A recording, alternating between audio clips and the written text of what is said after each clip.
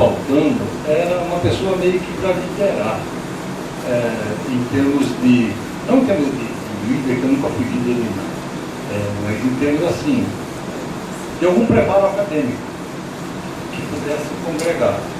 E lá nos Estados Unidos eu tive a oportunidade de estudar e trabalhar com gente de vários behaviorismos, né? Embora todos fossem na área do comportamento, tinha umas discussões assim entre um e outro. Isso foi muito bom em termos de aprender, de ter a oportunidade de conviver com gente que pensava igual e diferente. E de repente, por exemplo, para mim, etologia e análise do comportamento era a mesma coisa. Só tinha umas diferenças em como explicar. Mas todo mundo ficava olhando o macaco fazer xixi e via como é que ele sempre dava 3 pinguinhos depois. Aí descobriu que o macaco não faz 3 pinguinhos, só homem que faz. Alguns homens não fazem 3 pinguinhos. Mas a modificação de comportamento inventou muitas técnicas para ensinar a mulher que ia pegar o pimbolinho e sacudir para cair 3 pinguinhos depois. Grande sucesso. Depois ela evoluiu para catar saco de lixo no chão. Mas nunca fez uma tecnologia que realmente prestasse. Porque não tinha teoria por trás. Aquilo que nós não falamos. Mas aí, resultado, como eu tive a oportunidade de trabalhar com várias pessoas, eu conseguia facilmente conversar com os biólogos, com os psicobiólogos, com os behavioristas. Eu conhecia a literatura, eu conhecia o trabalho deles, sempre valorizei o laboratório. Eu não valorizo introspeccionismo. Nada. O negócio de eu acho, ou verbo desgraçado. Acabar com esse verbo, tem que proibir. 3 palavras, eu acho, sempre e nunca. Acaba com essas 3 palavras, 90% dos problemas acabam. Mas aí, resultado, isso favorecia esse contato. Então, quando eu vim para cá, me convidaram para vir aqui abrir uma pós-graduação. Eu cheguei aqui nesse ambiente. Nós tínhamos um laboratório espetacular. Corredor do CFCH, que agora já o IFCH, corredor do lado de cá, última porta à direita. Tinha umas 3, 4 mesas assim, uma caixa de papelão, com uma tampa aberta, era onde o Olavo coletava os dados dele. Aquilo era a câmera, a prova de som, luz, água, esgoto. Ele coletava os dados da tese dele ali. Essa era uma coisa. E a outra tinha uma caixinha, com uma barra de um lado, uma outra caixinha do outro lado, com outra barra, e o Medeiros estudando cooperação. Um rato pressionava aqui, o outro levava choque lá. O daqui pressionava, o daqui ganhava comida. Então, cooperação, eu estava estudando isso. Acabou o laboratório. Era tudo que tinha.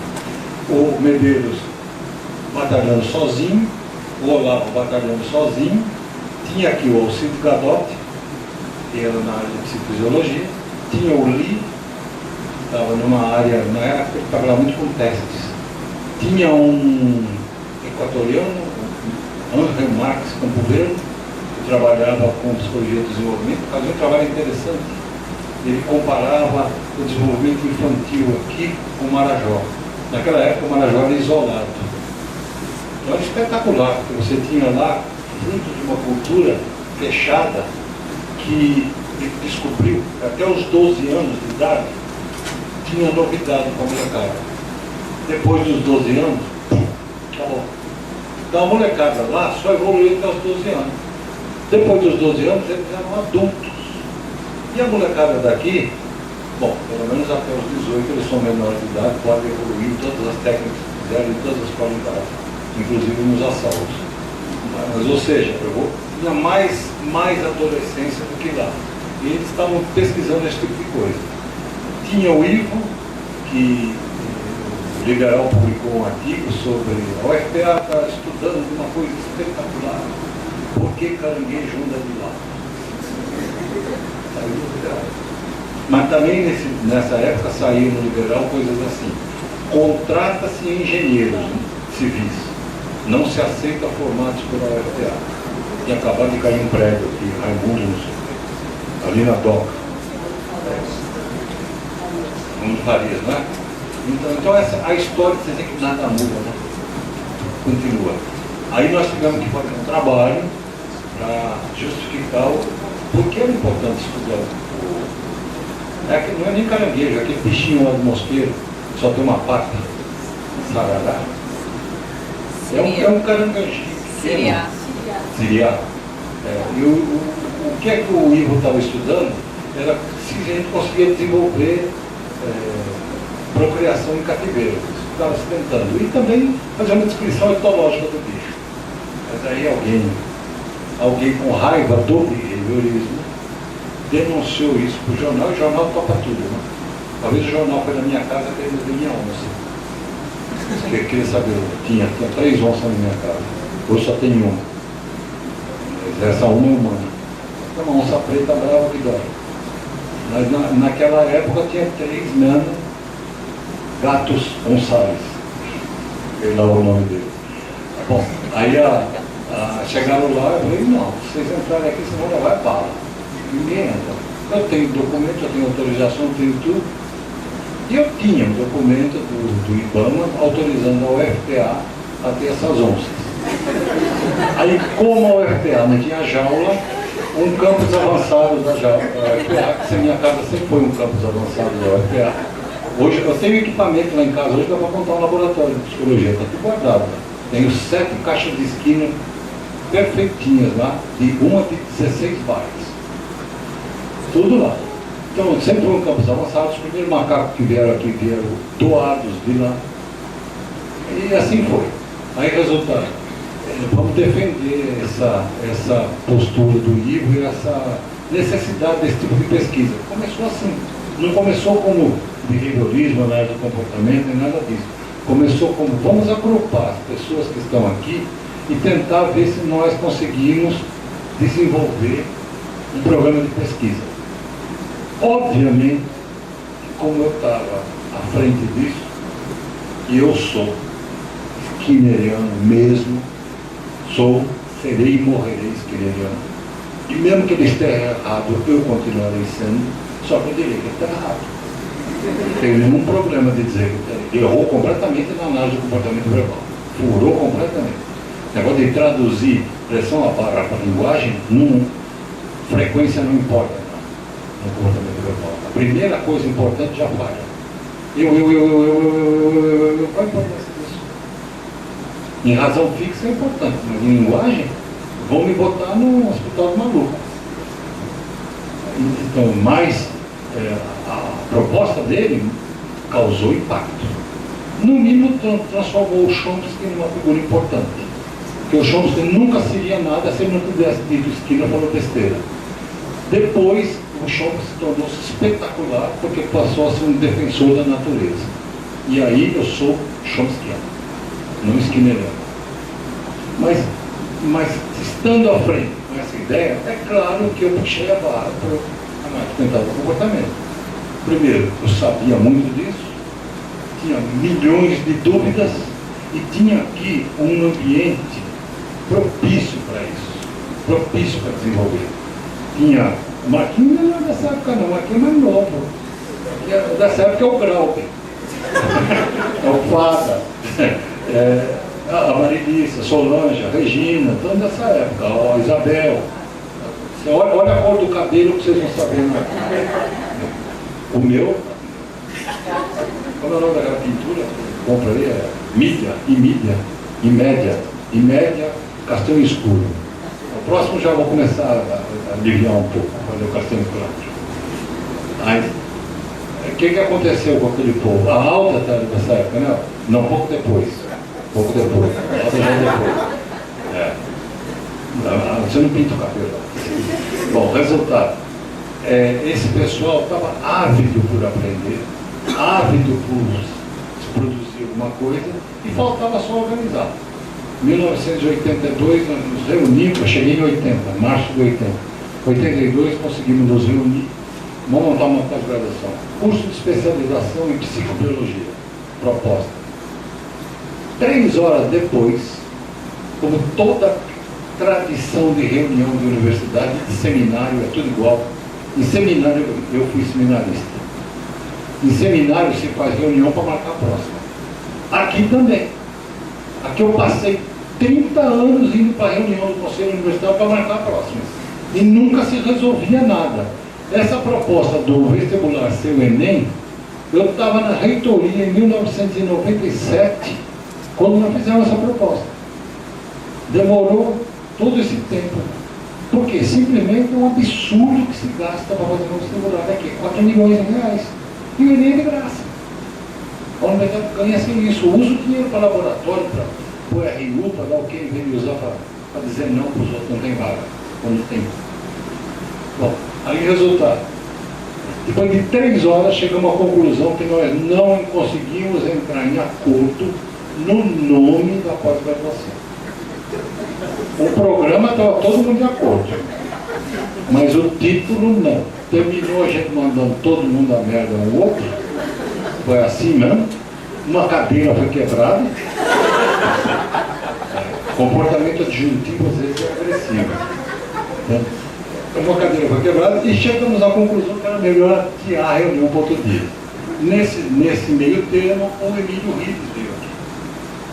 Ele veio convidado pela gente. O Emílio veio aqui e fez uma palestra espetacular. Uma palestra onde ele dizia que homens e animais não são iguais.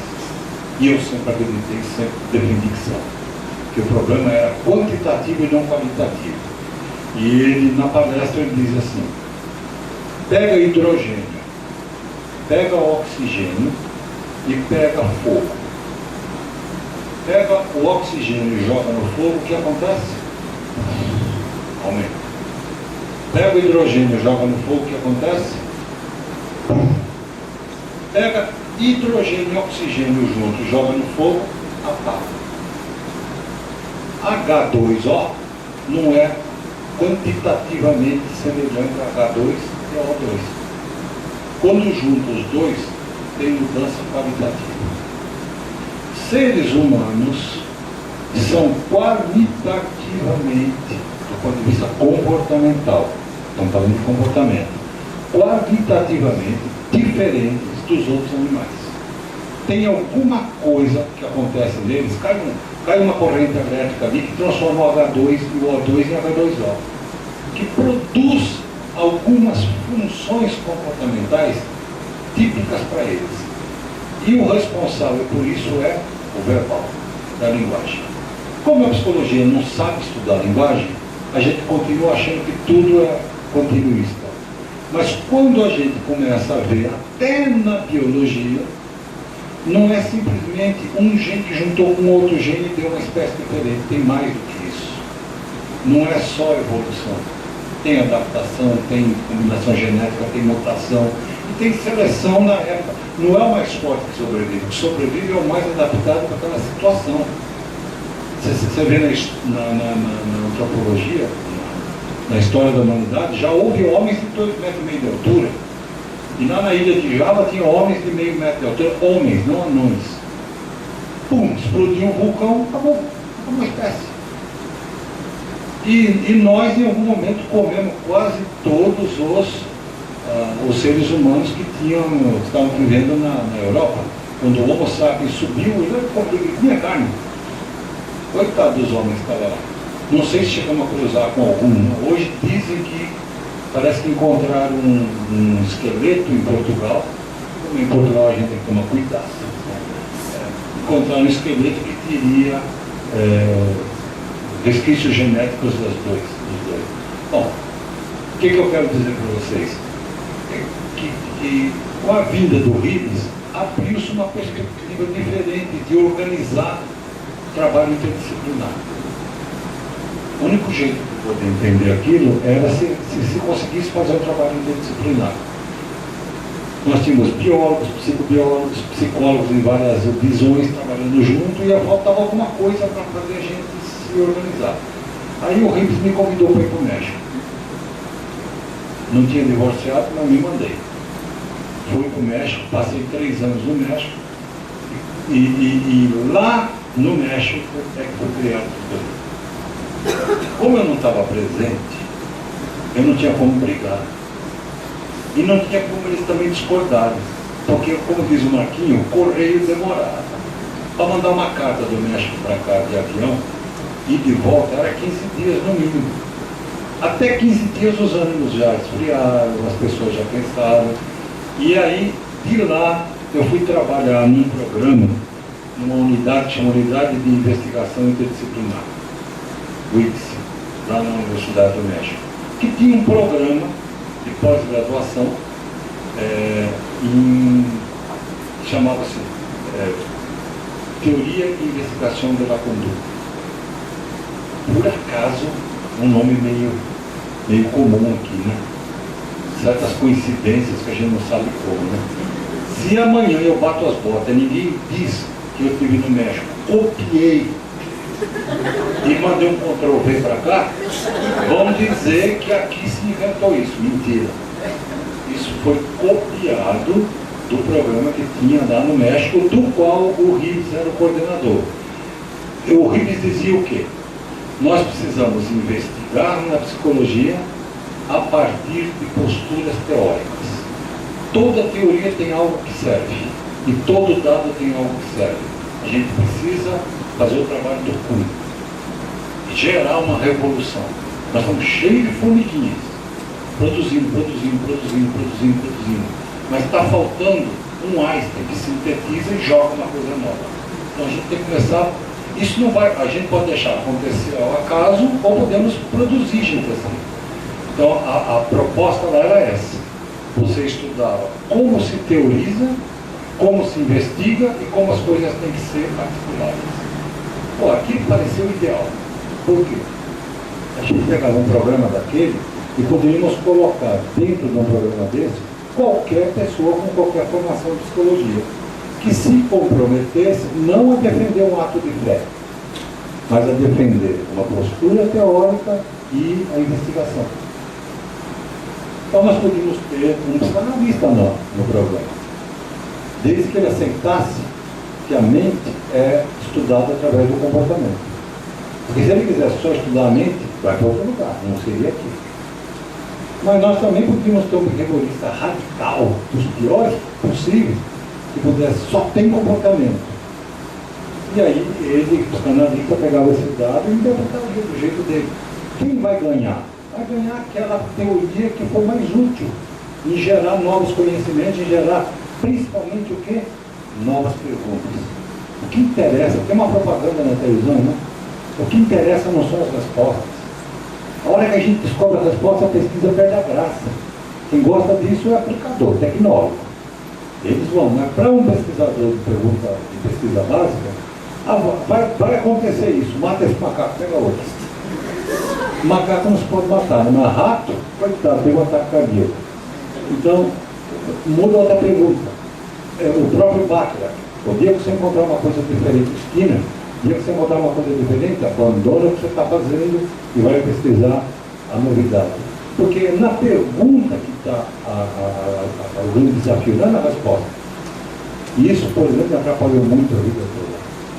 Porque eu via logo o interesse para que outra coisa, eu nunca terminava nada. Quando eu resolvi parar de pesquisar, eu joguei fora 3 tamborões desses aí, de lixo. Joguei 3 tamborões só de dados e relatórios que eu nunca usei. Eu cometi um crime.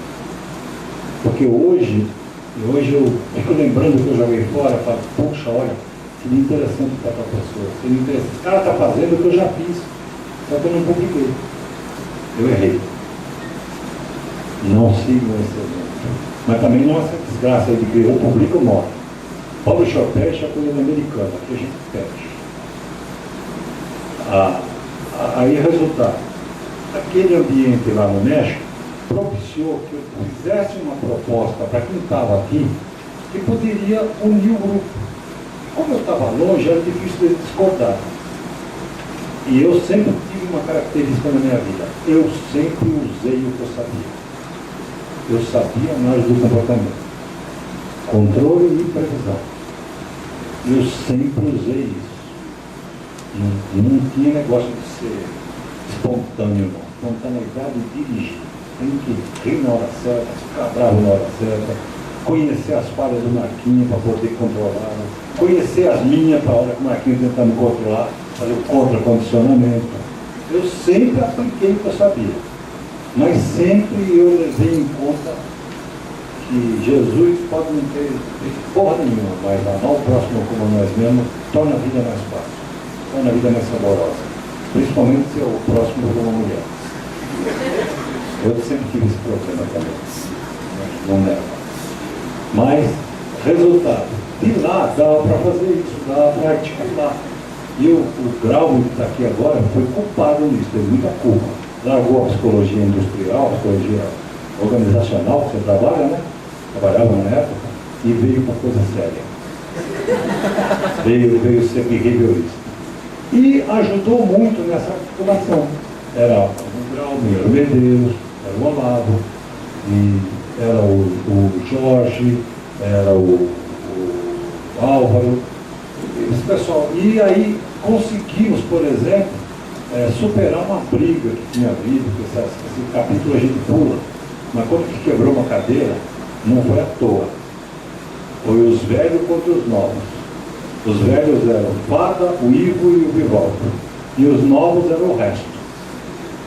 Mas a briga foi feia de quebrar a mesa, quebrar a cadeira, e a psicologia ficou estagnada por algum tempo. E lá dava particular. Quando eu cheguei de volta, o ambiente estava propício. Todo mundo louco para a gente conseguir fazer. Dá para implementar isso aqui? O programa já veio pronto.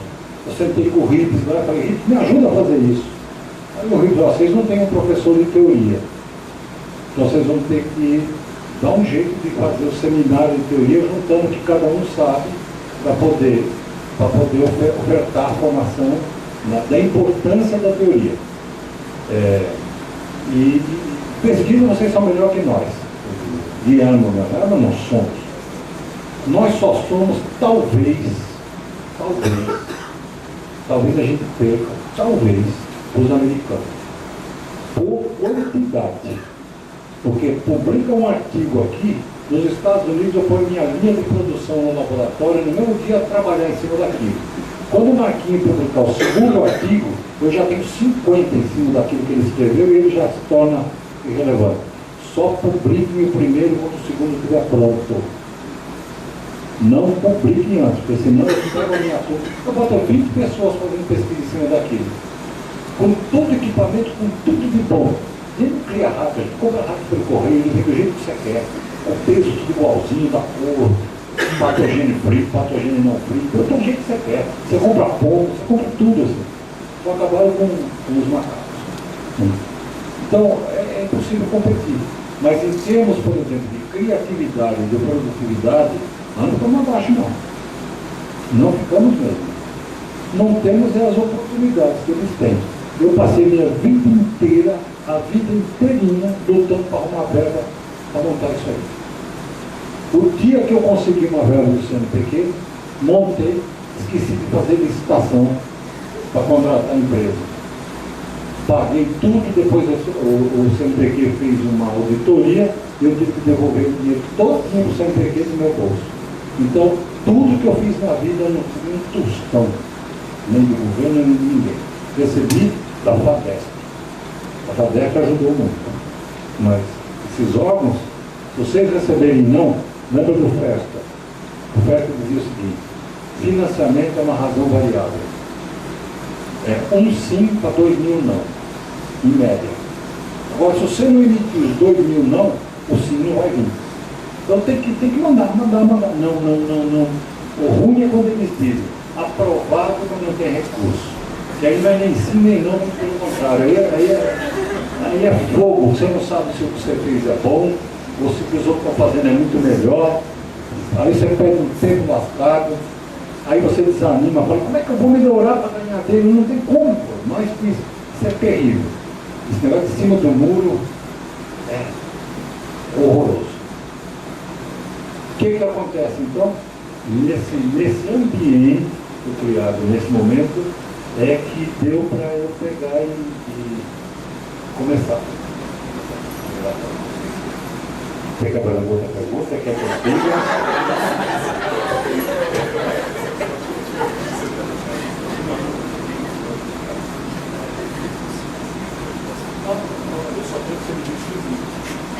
Outro dia foi o pessoal da UNAMA fazer uma entrevista comigo, com essa aqui.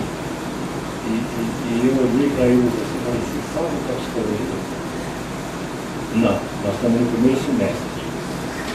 Nós tínhamos marcado de 2h30 às 3h30, saindo de lá 9h30 da noite. Mas aí eu contei tudo que era. Eu fiz a palestra do Marquinhos, para primeiro se situarem, e depois eu contei a história nossa aqui toda. O pessoal da Nova tem tudo isso gravado.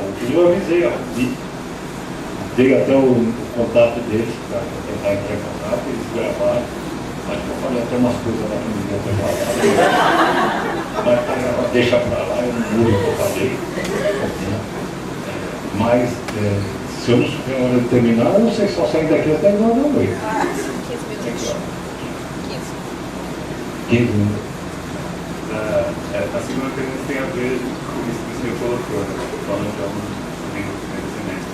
Qual era o desafio nesse início de chegar e ensinar esse comportamento para os alunos daqui de início, parece?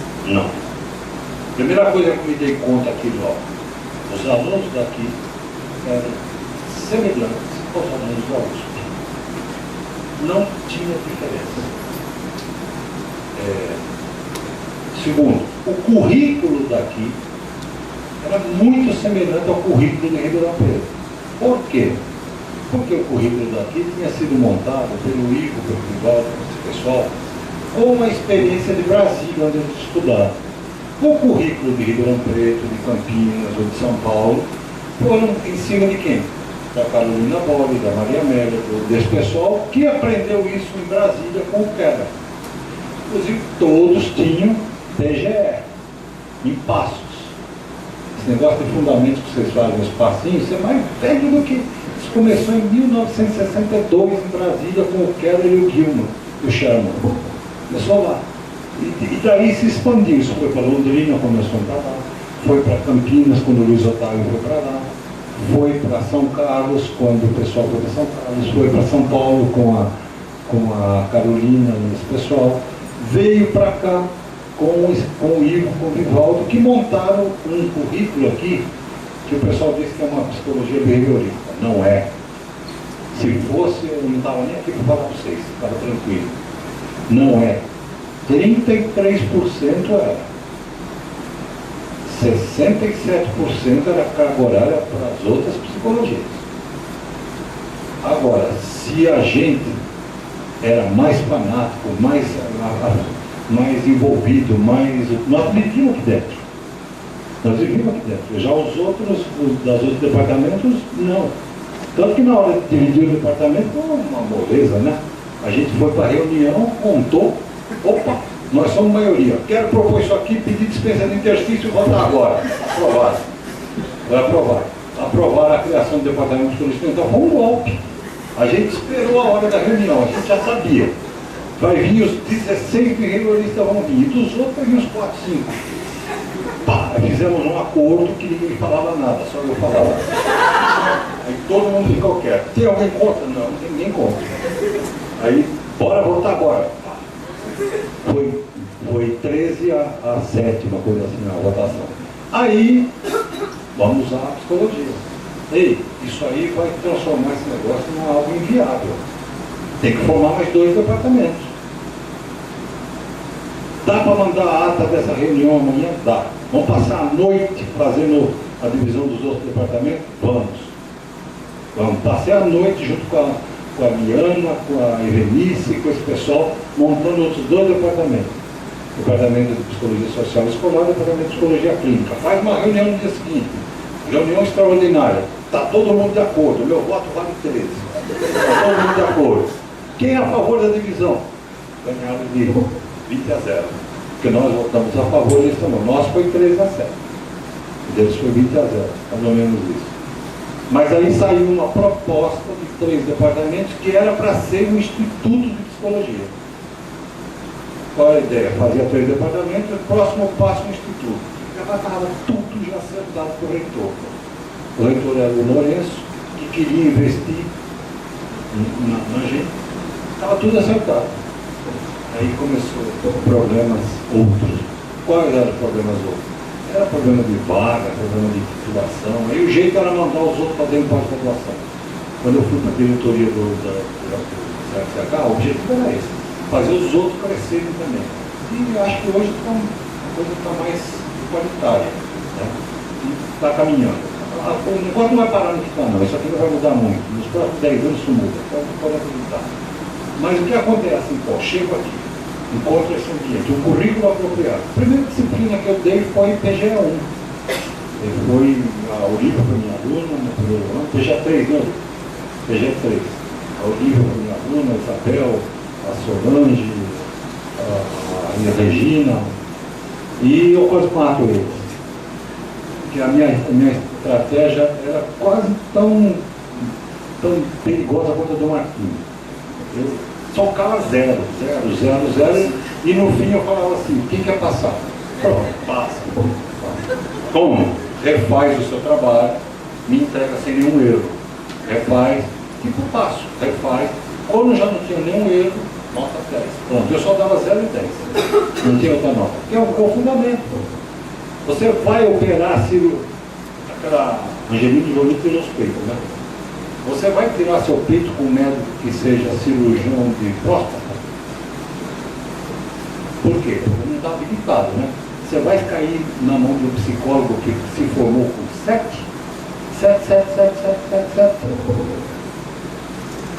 Mas a gente aceita, né? É 10 ou nada. Tu vai tratar do meu filho, seja nota 10 e bom. Não é só nota 10. Você pode nota 5, mas depois pode melhorar. Não estou falando nota 10, nota 5 a vida inteira. Mas você tem que se formar com qualidade. E aí o objetivo era esse. E o que eu estava mais interessado do que ficar ensinando esse princípio, porque para aprender, você aprende só em 2 lugares. Na biblioteca e no laboratório. Sala de aula é só para fazer show. Isso aqui. A gente está falando bonito, você aplaudir. Ninguém aprende nada aqui. Eu estou aprendendo a falar e vocês ouvirem.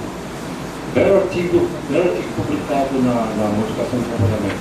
Behavior modification. Be quiet, be nice, be docile. Só bom aluno. Quieto, educado, não pergunta, não questiona, não faz nada, porque senão fica claro. Mas no laboratório e na biblioteca você aprende. Lá está a sala de aula. Ali, vai ver o que os outros escreveram. Vai discutir com Cristo. Que história é essa que você disse que passou andando em cima da água? Como é que foi isso? Discute com ele ali, está escrito. E Ribes. Quando a gente lê, a gente está se transportando temporalmente, espacialmente para o mundo do autor, conversando com ele direto. Quando eu li o que o Marquinhos escreveu aqui, eu estava falando negócio. Isso os animais não têm. Era o que o Ribes argumentava. Então, aí eu peguei essa turma aqui, com esse currículo formado, e essa turma ávida de aprender. O pessoal queria aprender, queria só um empurrãozinho. Primeira coisa que a gente fez naquela época era pegar gente para trabalhar sem essa história de bolsa. Eu fui bolsista a minha vida inteira e nunca ganhei um tostão. A minha bolsa era a oportunidade de aprender. Luiz Otávio falava, quer que eu ocupe meu tempo contigo? Então venha trabalhar no laboratório comigo. Eu quero dinheiro, então vai ser capitalista no campo, porque é outra conversa. Isso mudou, o tempo mudou. Só que nessa época o pessoal estava doido para isso. E o ambiente estava apropriado. E ainda tinha uma outra coisa que tem menos hoje, mas tinha naquela época. A gente era inferior, a gente daqui. Os sulistas eram melhores e os nortistas eram nortistas. Bom, paulista você sabe, né? Você chega lá em casa e pergunta, onde é de Belém? Fica longe de Salvador. Baiano, né? De Ribeirão Preto para cima, todo mundo é baiano. E norte, o Belém é nordeste, porque o norte não existe. O norte para eles é Manaus. Aí o resultado. E aqui? Tem cobra andando aí no campus? Tem muita cobra aqui. Cobra aqui não acaba mais. Na verdade tinha uma sucuriju que morava embaixo do laboratório. Vivia comendo os cachorrinhos da gente lá. Mas tem cobra para burro, mas as piores são as humanas. E a maioria vem de fora. Alguém lembra do 19? Aí resultado. Tinha que provar que nós formávamos bem e que os nossos alunos teriam condição de concorrer com qualquer outro. Aí a gente usou de muitas artimanhas, inclusive a amizade. Vocês acham que se algum dessas pessoas daqui me telefonasse e falasse assim, olha, estou mandando um aluno para estudar aí com você, eu diria não? De jeito nenhum, tá aceito. Do mesmo jeito eu tinha amigos lá. A orientadora do Marquinho, a Tatu, foi minha aluna quando eu era monitor na PUC de Campinas.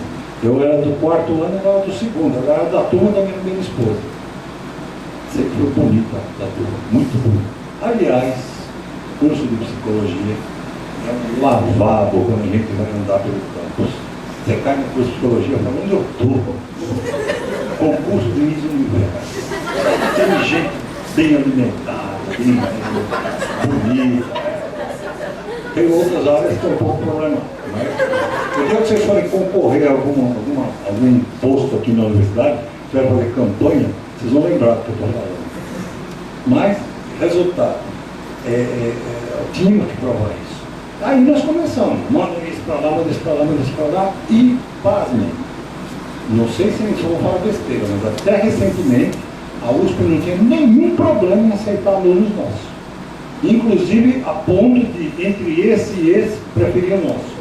Recebi muitos telefonemas assim de professores de lá dizendo, Zé, tem alguém aí de vocês para mandar? Estou precisando de uma pessoa boa. Uma pessoa boa? Diga a cor, o sexo e a idade, que aqui a gente pega as dúzias. E mandamos. E as pessoas foram, fizeram doutorado, tem aqui a Olivia, que é o resultado disso, o Marquinho, o Grau, fez doutorado lá, e a alta foi fruto de uma viagem que eu fiz para a França. A etologia estava perdendo espaço aqui. Aí nós resolvemos usar um programa que a CAPES ofertou, CAPES Coffee Club, que era tentar ver se fazia uma parceria com a França. Aí me mandaram para a França, eu fui lá na França e descobri. Quanto é que vocês vão me pagar no final aqui? Na França não se conversava.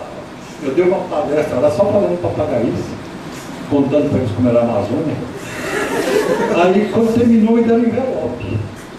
Eu tinha levado para a França, para passar lá 2 meses, eu tinha levado 12 mil francos. Me deram um envelope, eu abri o envelope, tinha 5 mil francos dentro. Eu falei, opa, onde mais tem?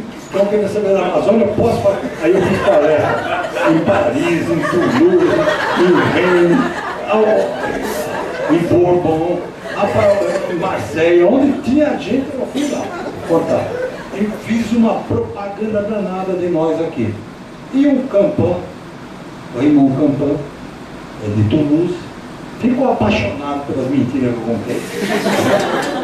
Principalmente que eu contei para ele que tudo que ele fazia ali no laboratório dele não passava de comportamento registrado errado.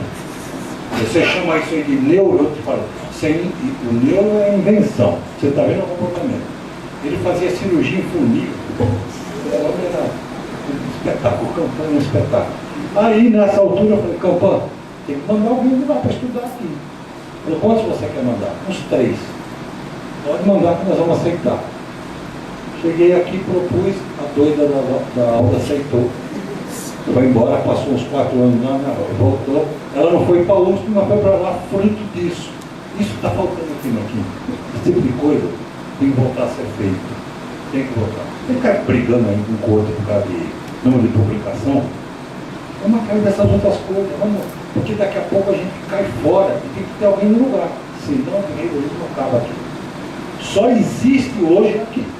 A USP é um saco de gato, Ribeirão Preto virou só biologia, Londrina perdeu muita gente importante, tem muita gente boa espalhada, mas concentrado, como tem aqui, o último dos muito poucos. E aqui também tinha uma outra coisa que foi outra estratégia. Eu, quando estudei nos Estados Unidos, estudei com macacos. O Boring trabalhava, minha tese foi com ratos, mas no laboratório do Boring tinha uns 50 pombos, uns 150 ratos e uns 30 macacos, que faziam sessão todos os dias. Todos os dias significa 365 e um quarto. Não significa sábado e domingo excluído, feriado, era todos os dias. Natal a gente ia para ganhar o presente depois que o desgraçado do macaco terminava a sessão dele. Se ele tomava cocaína, lá foi-se o Natal. E cara, lá você ia lá para o Ano Novo, porque a ceia já tinha ido. Mas todos os dias lá. E aí, o tipo de pesquisa que eu me interessei era, a gente chamava de comportamento complexo, era a diferença entre o homem e o animal. Era o ponto da curva. Ali, o que é que faz aqui?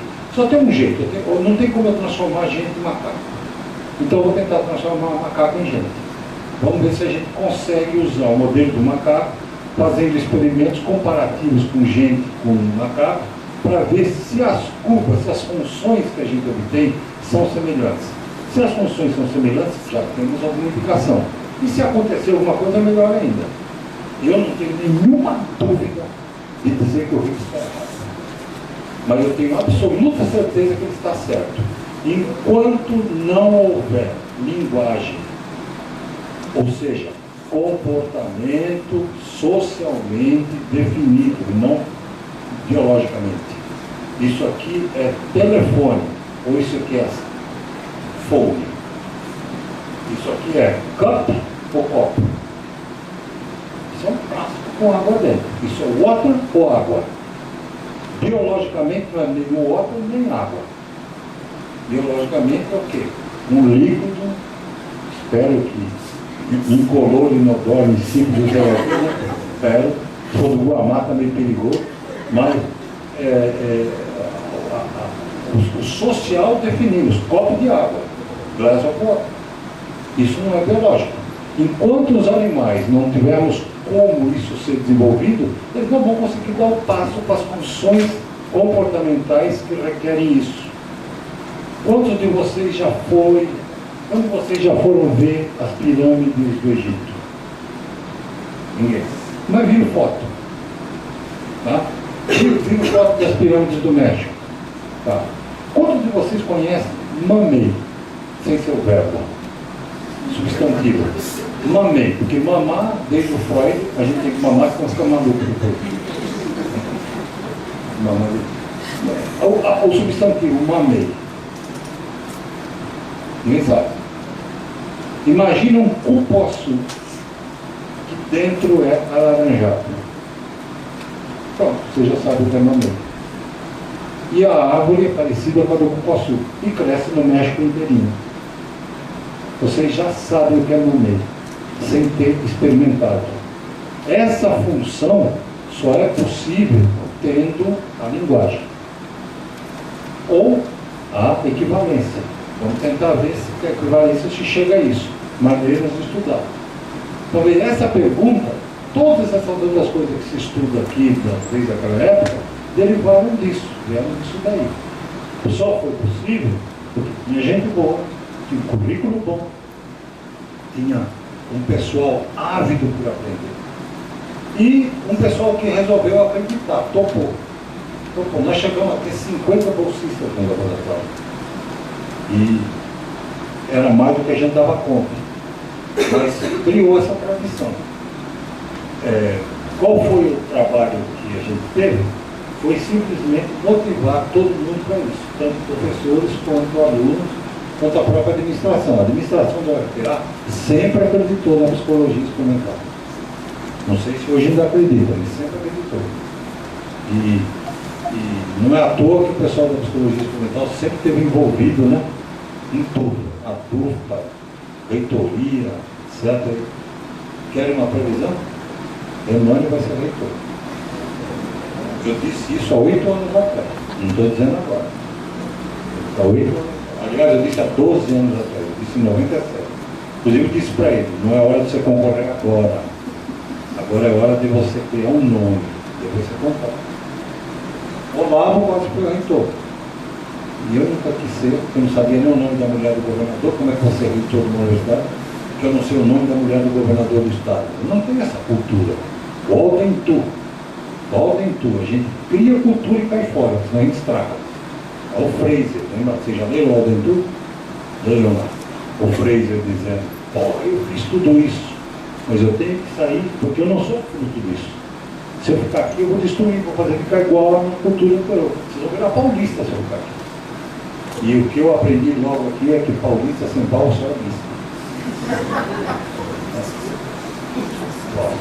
Então, gente, tem muita coisa para a gente conversar. Eu tinha prometido para vocês que a gente faria um dia um bate-papo para anotar. Vocês querem escrever uma história, né? A gente tem muita coisa. Infelizmente, eu joguei muito documento fora.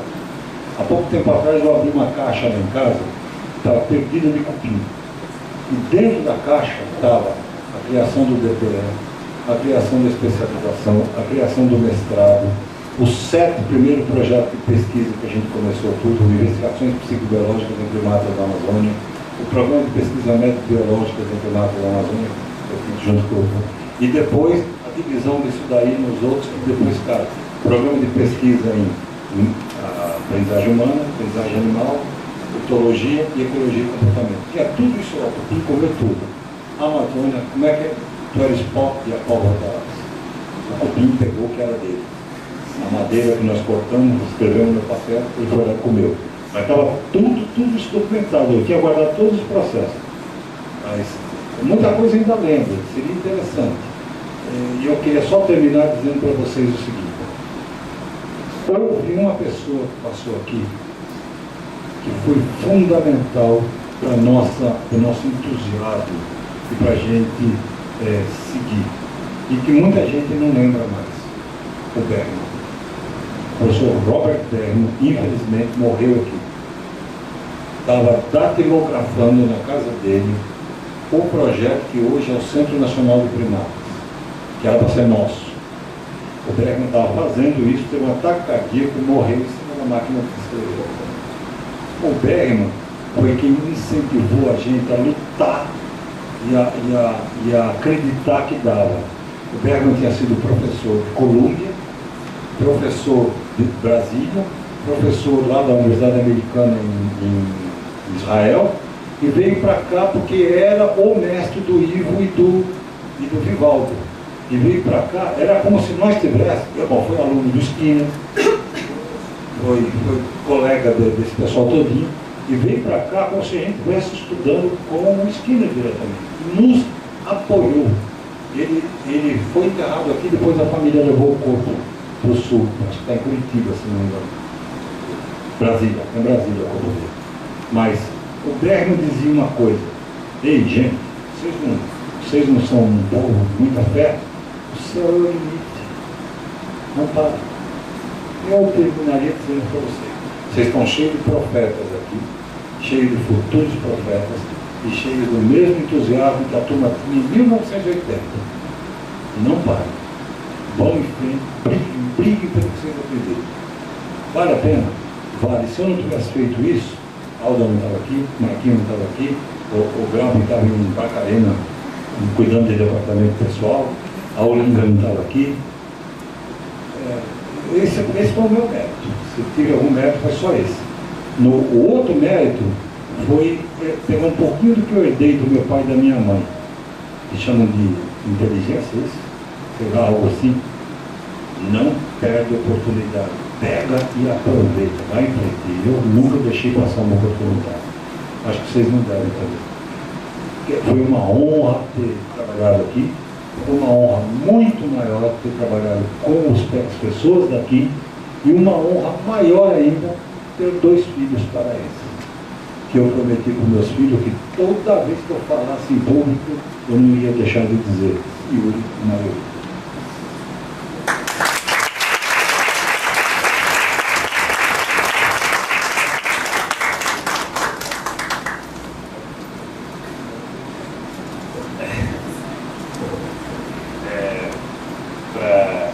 Eu sei que a gente já passou do tempo, mas eu gostaria de saber se alguém tem algum comentário, alguma pergunta. Então, eu gostaria de agradecer a participação do professor Zé Carlos. Espero que a gente possa retomar pontos dessa história infinita, vários outros momentos. Gostaria de agradecer a presença de todos e que a gente retoma para o nosso último turno da quarta JAC agora, tarde.